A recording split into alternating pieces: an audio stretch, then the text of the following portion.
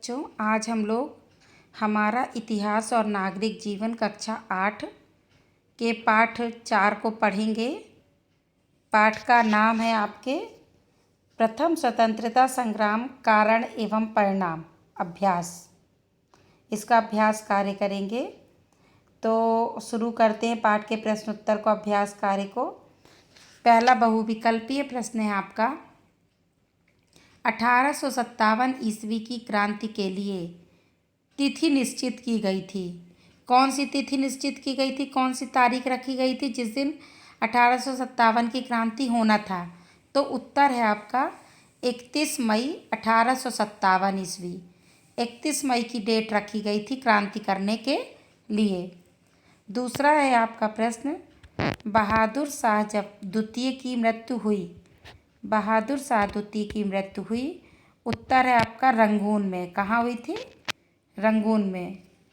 अगला प्रश्न है आपका अति लघु उत्तरीय प्रश्न है। पहला है, 1835 ईस्वी में कंपनी के सिक्कों से किसका नाम हटा दिया गया? उत्तर है 1800 ईस्वी में कंपनी के सिक्कों से मुगल सम्राट बहादुर शाह जफर का नाम हटा दिया गया। किसका नाम हटा दिया गया था? बहादुर शाह जफर का। अगला प्रश्न है आपका, सन 1857 ईस्वी की क्रांति की शुरुआत कहाँ से हुई? उत्तर है सन 1857 की ईस्वी की क्रांति की शुरुआत बैरकपुर से हुई। अगला प्रश्न है आपका, बंगाले छावनी के किस सिपाही ने कारतूस का प्रयोग करने से मना कर दिया था? उत्तर है बंगाल छावनी के सिपाही मंगल पांडे ने कारतूस का प्रयोग करने से मना कर दिया था। किसने मना किया था? मंगल पांडे ने। अगले लघु उत्तरीय प्रश्न है आपके। पहला प्रश्न है, 1857 ईस्वी की क्रांति के 4 कारण लिखिए। उत्तर है का नंबर राजनैतिक कारण। मतलब प्रश्न पूछ रहा है कि आखिर क्यों 1857 की क्रांति के कारण क्या थे, कि क्या ऐसे कारण हो गए थे जिसके कारण हमको उनका विद्रोह करना पड़ा और क्रांति करनी पड़ी। तो उसका पहला कारण है राजनैतिक कारण। अंग्रेज़ों की युद्ध नीति, लॉर्ड वेलेस्ली द्वारा चलाई गई सहायक संधि नीति तथा लॉर्ड डलहौजी की लैप्स नीति के परिणाम स्वरूप बंगाल, बिहार, उड़ीसा, अवध, हैदराबाद, म्यांमार, पंजाब, सतारा, नागपुर, झांसी आदि भारतीय रियासतों को हड़प लिया गया। अंग्रेज़ों ने ग्राम स्वराज्य को समाप्त करके लोगों को गुलामी की जंजीर में जकड़ लिया, जिससे राजनीतिक असंतोष फैल गया। मतलब राजनीतिक कारण थे कैसे? जैसे कि सहायक संधियाँ जो की जा रही थीं, डलहौजी की राज झड़पने की नीति थी, ये सब ऐसी चीज़ें थी जिनके कारण कुछ जनता में असंतोष प्राप्त हो गया था और वो विद्रोह करने के लिए प्रेरित हो गए थे। दूसरा है आर्थिक शोषण। तो अंग्रेज़ों ने भारतीय व्यापार तथा दस्तकारियों को नष्ट कर दिया। वे भारत से कच्चा माल कौड़ियों के भाव खरीद लेते थे और अपने कारखानों में उसे संशोधित कर तैयार माल को भारत के बाज़ारों में ऊंचे दामों पर बेचते थे। अंग्रेज़ों की भूमि कर नीति के बाद भारत में अकाल पड़े और बेरोजगारी फैल गई। उच्च सरकारी नौकरियों के दरवाजे भारतीयों के लिए बंद कर दिए गए। आर्थिक कारण मतलब हमको पैसे से भी इन्होंने तोड़ा। राजनीतिक तो उन्होंने नीति अपनाई, फूट डालो राज करो की नीति अपनाई, हमारे देश में राज साम्राज्य स्थापित कर लिया। और आर्थिक शोषण कैसे किया? उन्होंने हमारे जो व्यापार था, हमारे जो दस्तकारी थे, उनको भी नष्ट कर दिया। हमारे देश से कच्चा माल ले जाते थे और वहाँ से जब बना करके कंपनी से लाते थे तो उसको महंगे दामों में भारत में बेचते थे। और इस तरह से हमारी भूमि भी उन्होंने का टैक्स लगा लगा के हड़प ली, अकाल बेरोजगारी फैल गई। तो इस तरह से उन्होंने आर्थिक रूप से भी हमारे देश को, हमारी जनता को नुकसान पहुँचाया, जिसके कारण हमको क्रांति और विद्रोह करना पड़ा। तीसरा, धार्मिक हस्तक्षेप। अंग्रेजों ने बड़ी संख्या में भारतीयों को ईसाई बना लिया। एक कानून द्वारा धर्म परिवर्तन करने वालों को पैतृक संपत्ति में हिस्सा देने का निर्णय लिया गया। इसमें अंग्रेजों ने ईसाई बनने वालों के हितों की रक्षा की। भारतीय हिंदुओं और मुसलमानों में असंतोष का यह एक प्रमुख कारण था। और एक कारण था धार्मिक। उन्होंने मतलब ईसाई भी बनाने के लिए लोगों को वो दबाव डालते थे। यहाँ तक कि उन्होंने एक कानून बना डाला कि जो धर्म में परिवर्तन करेंगे उनको पैतृक संपत्ति में हिस्सा दिया जाएगा। इस तरह से हमारे हिंदू और मुसलमानों में असंतोष का एक प्रमुख कारण धार्मिक भी था कि उन्होंने किसी के धर्म में क्यों हस्तक्षेप किया, आर्थिक किया, राजनीतिक किया और हमारे धर्म में भी हस्तक्षेप किया। अगला है सामाजिक कारण। अंग्रेज साम्राज्यवादी नीति पर चलकर अपने स्वार्थ को पाल रहे थे। घूस और भ्रष्टाचार का बाजार गर्म था। अंग्रेजों ने पंचायत व्यवस्था को भी समाप्त कर दिया। इससे न्याय महंगा हो गया और देर से मिलने लगा। नई भूमि कर व्यवस्था से भी किसानों को शोषण हुआ, जिससे अंग्रेजों के विरुद्ध जन असंतोष का बढ़ना स्वाभाविक था। कुछ सामाजिक कारण थे जो उनके थे। स्वार्थ, घूस, भ्रष्टाचार, टैक्स ज़्यादा लेना, पंचायत व्यवस्था को समाप्त कर दिए, न्याय नहीं मिल पाता था जनता को। जो भूमि कर टैक्स की व्यवस्था थी वो भी बहुत ज़्यादा लेते थे, जितने का फ़ायदा नहीं होता तो उससे ज़्यादा उनको दिया जाता था, शोषण करते थे। यही सब कारण थे जिनसे हमारे देश की जनता में विद्रोह करने की को प्रेरित हुए और उनमें असंतोष व्याप्त हो गया। अगला प्रश्न है आपका 1857 ईस्वी की क्रांति की असफलता के कारण लिखिए। क्रांति तो हमने करी 1857 में, विद्रोह तो किया। ये प्रथम क्रांति थी जो स्वतंत्रता के लिए एकजुट होकर के लड़ाई लड़ी गई थी, लेकिन ये पूरी तरह से सफल नहीं हो पाई। इसमें कुछ असफलता हो गई, हम जीत नहीं पाए। नहीं तो अंग्रेज तो तभी चले जाते 1857 में ही, लेकिन हमको सफलता पूरी तरह से नहीं मिल पाई। तो आखिर उसके क्या कारण थे जिसके कारण हमको उसकी सफलता नहीं मिल पाई?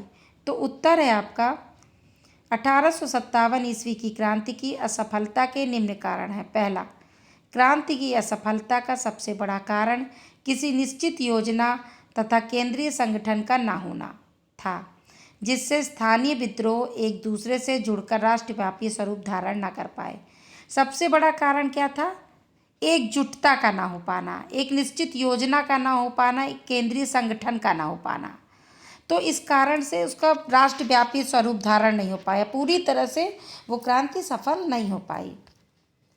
दूसरा कारण था सारे देश में एक निश्चित तिथि को क्रांति का प्रारंभ ना होना भी विद्रोहों की हार का एक कारण था।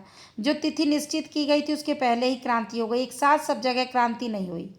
अगर एक साथ एक आक्रमण हो जाता तो अंग्रेज भी परेशान हो जाते, वो कहाँ कहाँ संभालते। तो ये भी एक कारण था कि हमारे जो आंदोलन शुरू हुआ, जो क्रांति शुरू हुई, वो एक निश्चित तिथि पर नहीं शुरू हुई। तीसरा था यातायात के प्रमुख साधनों, विशेषकर रेलों तथा डाक तार व्यवस्था पर अंग्रेजों को अधिकार था।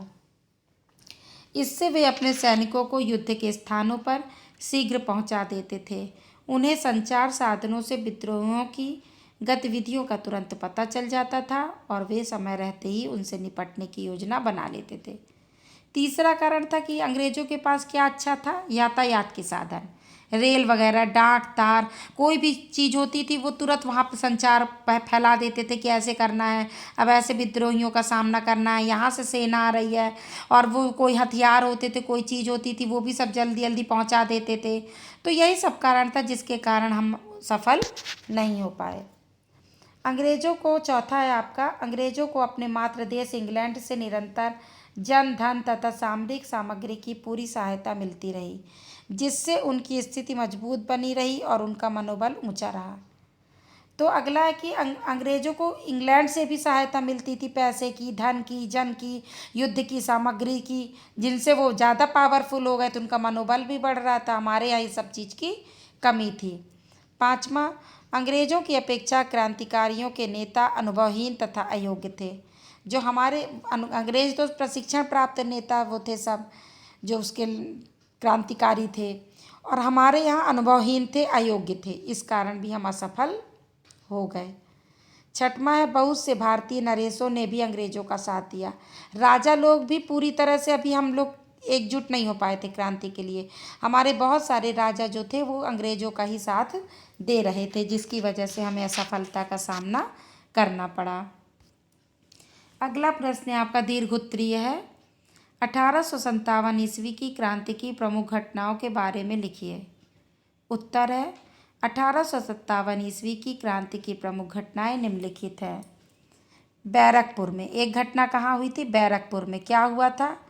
बैरकपुर में लॉर्ड कैनिंग ने चर्बी युक्त कारतूस के प्रयोग के लिए भारतीय सैनिकों के साथ धोखाधड़ी की।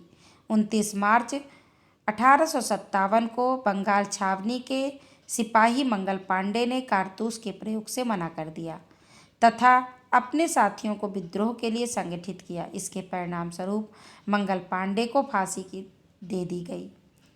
मतलब कारतूस का जो प्रयोग करते थे उसको मुंह से उसका खोलते थे, उसमें चर्बी लगी रहती थी जो कि हमारे धर्म के विरुद्ध थी। तो मंगल पांडे ने उसको करने से मना कर दिया और उन्होंने उसको फांसी की सज़ा दे दी। तो एक ये घटना हुई हमारे यहाँ। दूसरी थी मेरठ में। मेरठ में 9 मई की घटना के अनुसार 90 में से 85 सिपाहियों ने कारतूस में दांत लगाने से मना कर दिया। इस कारण इन सिपाहियों को 10 वर्ष की जेल की सख्त सज़ा दी गई। 19 मई 1857 को मेरठ में तैनात पूरी भारतीय सेना ने विद्रोह कर दिया तथा जेल पर धावा बोलकर अपने साथियों को छुड़ा लिया और कई अंग्रेज अधिकारियों को मार डाला। ये घटना भी एक सही थी जिसमें कि भारतीयों ने अपना थोड़ा सा उग्र रूप दिखाया, है ना। वो कारतूस लगाने को मना कर दिया तो उनको जेल में डाल दिया। तो पूरी सेना ने विद्रोह कर दिया और जेल पर धावा बोलकर उनको छुड़ा लिया। बहराइच में भी एक घटना हुई थी। बहराइच में हजारों सैनिकों ने दिल्ली की ओर कूच किया। वहाँ के लोग उनके साथ मिलकर लाल किले पहुँचे। वहाँ पहुँचकर बहादुर शाह द्वितीय को भारत का शासक घोषित कर दिया। ये भी घटना थी। और बरेली में खान बहादुर खान ने क्रांति का नेतृत्व किया। उन्होंने स्वयं को नवाब घोषित कर दिया। कैंपबेल के नेतृत्व में यहाँ की क्रांति को दबाया गया तथा खान बहादुर खान को फांसी दे दी गई। कानपुर में भी एक घटना हुई थी। कानपुर में नाना साहब पेशवा घोषित कर दिए गए। अजीम उल्ला खां नाना साहब का सहयोगी था। नाना साहब ने अंग्रेजों की सारी फौज को कानपुर से खदेड़ दिया। नाना साहब को पेशवा बना दिया गया था और नाना साहब ने अंग्रेजों की सारी फौज को कानपुर से खदेड़ दिया। आजमगढ़ में स्वतंत्रता संग्राम का नेतृत्व बाबू कुंवर सिंह ने किया। अतरौलिया नामक स्थान पर उन्होंने मिलमैन एवं डेंस की संयुक्त अंग्रेजी सेना को पराजित किया। युद्ध में लड़ते लड़ते 26 अप्रैल 1858 ईस्वी को उनकी मृत्यु हो गई। इस तरह से और झांसी में रानी लक्ष्मीबाई सर ह्यूरोज की सेना के साथ बहादुरी से लड़ी, किंतु झांसी पर अंग्रेजों ने अधिकार कर लिया। रानी बहादुरी से लड़ते हुए मारी गईं। तो ये सब कुछ ऐसी घटनाएं थी जो कि हमारे बताता है कि स्वतंत्रता संग्राम की घटनाएं जो हमें सोचने पे मजबूर करती हैं। तो इस तरह से आपका ये चैप्टर समाप्त होता है। आपको कैसा लगा आप लाइक कमेंट्स करके ज़रूर बताइए और इसको बार बार सुन के समझिए एवं सब्सक्राइब कर लीजिए चैनल को ताकि आगे के आपको वो मिलते रहें। धन्यवाद।